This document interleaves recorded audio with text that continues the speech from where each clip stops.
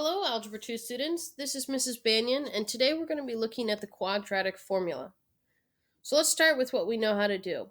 If I gave you this quadratic and I asked you to factor it, the first thing that you might notice that there are three terms. There's no GCF, and since there are three terms, we're going to do head times butt adds to get the gut. So 2 times 1 is 2, and the factors of 2 are 1 and 2. Now, my gut in this case is a 5. And you might notice that there is no way that I can use a 1 and a 2 to end up with a 5. So if there's not a pair that I can pick, how am I supposed to solve this? The problem is that I can't solve this by factoring. We have to have another method in order to solve these types of polynomials. And the other method that we are going to use is something called the quadratic formula. Now, the quadratic formula is this unique formula that's used to find zeros and x-intercepts for any quadratic. It can work for any quadratic that's given to us, as long as it's given to us in standard form. So, the reason why we haven't used this in the past is because it takes a little bit of time and a little bit of effort, but it's great because it can be used for any quadratic. Now, you'll notice that this is in standard form, which means that I have my three pieces for my quadratic. And once you identify what A, B, and C are, you're basically just going to plug those into your formula for wherever you see an A, B, and C, and then you simplify and you can find your solutions. The first thing that we always do is we identify what A, B, and C are. So, looking at these quadratics that are written in standard form, the A value is always the number that's in front of your x squared. The B value is always the number that's in front of your x. And the C value is always your constant.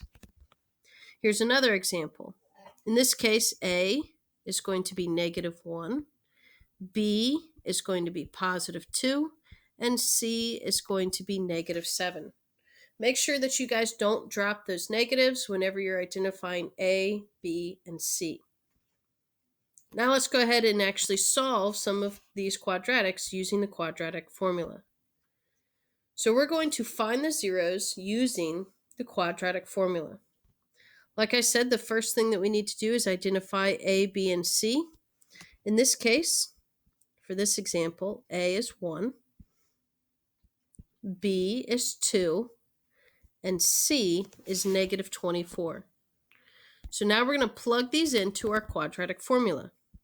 The formula goes like this: x is equal to -b. So in this case, we would have -2 plus or minus the square root of b squared. Now, notice I'm going to use parentheses whenever I plug in numbers. The reason I'm doing that is to keep myself organized, and if there's any negatives, you don't want them to look like subtraction. So b squared minus 4, A is 1, and then C, which is -24. And this is all over 2 times your A value, which is 1. The next thing that we're going to do is simplify. We simplify everything underneath the square root, and we can simplify this because that's really easy. So in simplifying, I'm going to rewrite what I have, -2 plus and minus the square root, and everything underneath the square root. Let's see, -2, so 2 squared minus 4 times 1 times -24. And when you simplify that, you end up with 100.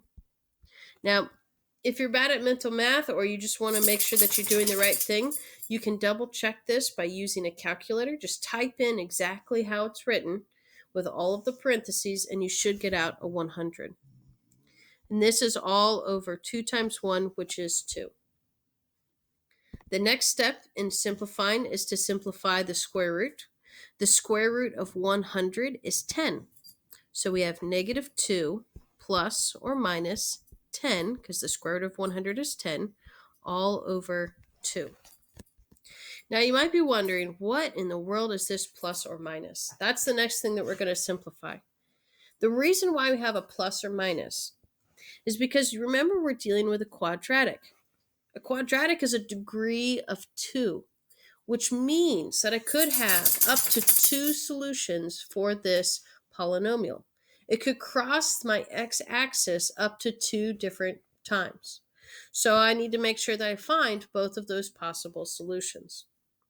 Since I can't add and subtract at the same time, I'm going to split this up at this point and say negative 2 plus 10 all over 2. And I have negative 2 minus 10 all over 2. Then I can simplify each of these one at a time. Negative 2 plus 10 is 8 divided by 2, and that gives us a 4. Negative 12 minus 10 is negative 2 minus 10 is negative 12, divided by 2 is negative 6. So these are our 2 solutions, 4 and negative 6. We found it. We found the 2 different places where this polynomial crosses my x-axis. So to visualize this, if I asked you to graph this, we can see that, 1, this is a degree of 2, and it's positive leading coefficient. So when I graph it, it's going to cross at negative 6 and positive 4, and it will look like this. So I have a solution at negative 6 and positive 4. Again, my solutions would be x equals 4 and x equals negative 6. Both of those are my solutions. Let's do another example. So we're going to find these solutions using the quadratic formula.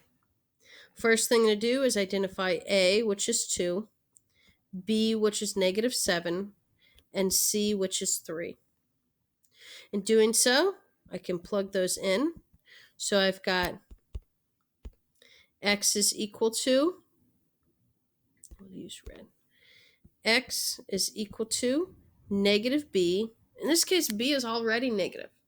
So a negative negative would actually make this positive 7 plus or minus the square root of b squared, so negative 7 squared, minus 4 times a, which is 2, times 3, which is c, all over 2 times a, which is 2.